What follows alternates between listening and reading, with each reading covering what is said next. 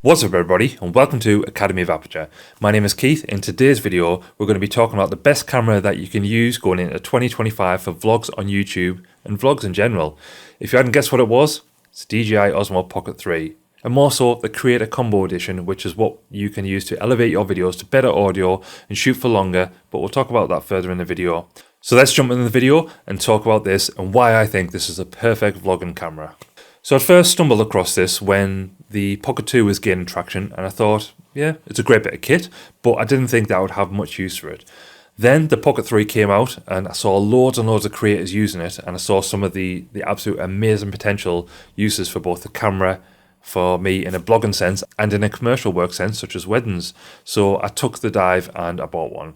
When I bought the Pocket 3, I specifically went for the Creator Combo version for the fact of getting the DJI Mic 2 microphone and that extra battery to allow the Pocket to be used for longer, but the Pocket can be used perfectly fine without the Creator Combo too. I started, like most vloggers, with a Canon G7X, as back in the day on YouTube, this is the one camera that everyone used and clocks up so many hours of footage with that camera. After that, I eventually moved on to a Canon 700D and then onto a Sony RX100 Mark IV, then onto a GoPro and a Sony A7C, and now to the Pocket 3. So I've gone through pocket cameras, to action cameras, to my phone, to DSLR, to mirrorless, and just about everything else in between. And they all had their advantages and disadvantages. Mainly size and weight were a downside, and the smaller ones had issues with image quality or overheating. Like the Canon G7X Mark II, which I got that, I took it out on the first out into the arcades shooting in 4K. After about 10 minutes, there was a warning saying that the camera had overheated and needed to be turned off. That's no good at all. The workaround, as it's a common issue, was to shoot in 1080p, but despite it being a 4K camera and marketed as that, it couldn't handle shooting the 4K. But I digress. Due to having all of these cameras and issues, I've been there and done that, and this is why my reasoning behind the Pocket 3 being the best vlogging camera for 2025 is because of these trials and tribulations that I've been through with my other cameras in the past. Let's talk about the size and weight of this camera. It's such a small and compact camera, and even with the added battery and tripod foot, it's still small, and having that extra grip helps with holding the camera, I think, and it can easily be taken off and put back on with just a click. And I can usually take it off and put it in my pocket to walk around with, so it's super easy. The bonus of it being a small camera too is that it's very inconspicuous and doesn't stand out when you're using it. If someone does notice it, you usually get a question of what is that, rather than saying about the camera, as it's such a unique little device which many people haven't seen, so don't have a clue what it is. The quality of the image is another plus feature for the camera, in that you can shoot 4K in a horizontal format and 3K in a vertical format, and the fact it's super simple and easy to shoot with in either mode with the flip of a screen, it makes it another winner. You can also shoot in slow motion video, so you can get some really nice epic B-roll style shots to go over your normal video to make your vlog stand out. This thing uses a 1-inch sensor and handles low light really well too. There's a specific low light video mode too, but I've never felt the need to use this, as when I use the regular mode in low light, the footage comes out really nice and it's perfectly usable for videos. There's also an active track and dynamic frame option which you can select, and when it's turned on and you're recording, it'll find a face and stick to that face to the center of the frame. Then you don't even have to worry about framing, as you'll always be in frame, central, and even putting the camera down on a surface and walk around, like you can walk pretty much 180, it'll follow you and keep you in the frame. Speed and ease of use is something which this has, which some of the other cameras don't have. You can basically grab the camera, flip the screen open, the camera will load up, you can set the gimbal so it can point at you, and you can also set that up so it points at you each time when start up or the other way. All you have to do is press record and you're good to go. I love how quick and easy this is. The same goes for audio. There is multiple microphones on the camera itself, so you can get decent audio from those. And then there's also the DJI Mic 2, which as soon as you turn that on, it'll connect to the DJI Pocket 3, show notifications showing this, and then you're good to go and you can attach that to yourself and get fantastic audio on your video. The extra battery is handy for long shooting days, as when you're using these together, you can run the battery down on the additional battery, then use the Pocket built-in battery, and then while you are using that built-in Pocket battery, you can charge the battery pack up again with the USB-C lead, and then when the Pocket 3 is running out of battery, connect that battery pack back up and it'll charge up the Pocket 3 while you're using it, so you can potentially have hours and hours of usage. Unlimited power, maybe, because you can just keep charging them up and doing that.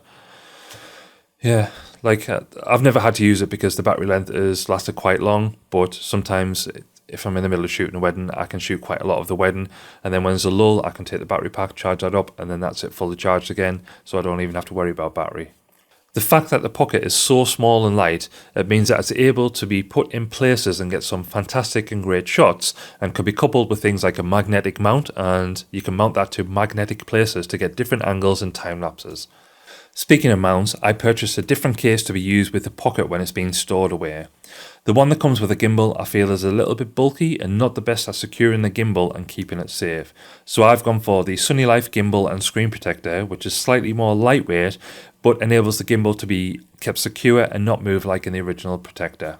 The case which comes with it can fit everything in if you break all of the kit down, and it's a nice carry case.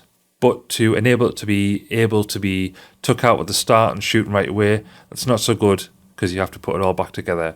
So I just have a soft style bag which I have everything inside so I can pick up the camera and start shooting. The wide angle lens of the camera is a 20mm lens, so it's nice and wide and perfect for vlogging to get your face and the locations you're in into the shot, and when you're shooting the location and views it's a great nice wide angle to fit everything in that you need. But on the other side, the wide angle is a downside too, as you need to be close to whatever you want to film to make it large in the frame. There is the zoom option, which in 4K shoots from 1x to 2x, which turns into more like a 40mm lens, but of course there is some quality sacrifice there as it's a digital zoom rather than optical.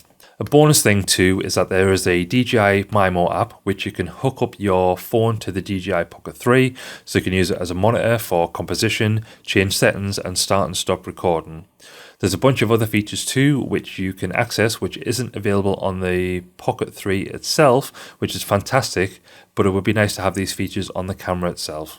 Another bonus would be that if you're watching this video and you're enjoying the content, a subscribe to the channel would be amazing. It would help support the channel and get the channel out there to more people so they can watch videos like this one. So yeah, that would be really appreciated. Subscribing to the channel is super simple. Something else which is super simple is the ability to switch between horizontal and vertical shooting. You can be shooting your main vlogging content and then switch to vertical and shoot some stuff for shorts within a few seconds rather than having to compose and crop in edit after the fact. You can do both at the same time, which saves so much time. Like shoot one then the other, not shoot together. This allows you to create more content with ease and not much time spent on doing it too. So I've used this Pocket 3 for vlogging, shooting YouTube shots in the studio, talking heads, UGC content, wedding ceremonies, nighttime dance videos at weddings, and a whole bunch more. And it's super useful, versatile and easy to use. Yeah, I could crack up my camera and lens and grab a tripod, set up the composition, grab focus on the camera, dial in the settings, then record, and then you'd have to flip out the screen, do this, and record as much as you want. But this Pocket 3, I much preferred the quick and easy method for videos, as the footage is amazing quality too, and I can't complain. Even some of the videos, I've thought it was so much easier and better just grabbing the Pocket 3, shooting it, and that's it. You don't have to set up all of this, you can just shoot and get away. Some people may think that the price may be a little bit too much, but you most definitely get bang for your bucks with the camera, and it's a fantastic bit of kit, and we're looking to purchase another one very soon too. And if and when DJI bring out a new one, we'll definitely purchase one of those too. The Pocket 3 has a bunch of unique shots due to being a gimbal and a camera in one. There's a video on our channel about 5 different shots which you can use with the Pocket 3, which you can use in your vlogs, so you can find that in the description or on the screen now. But until next time, see ya.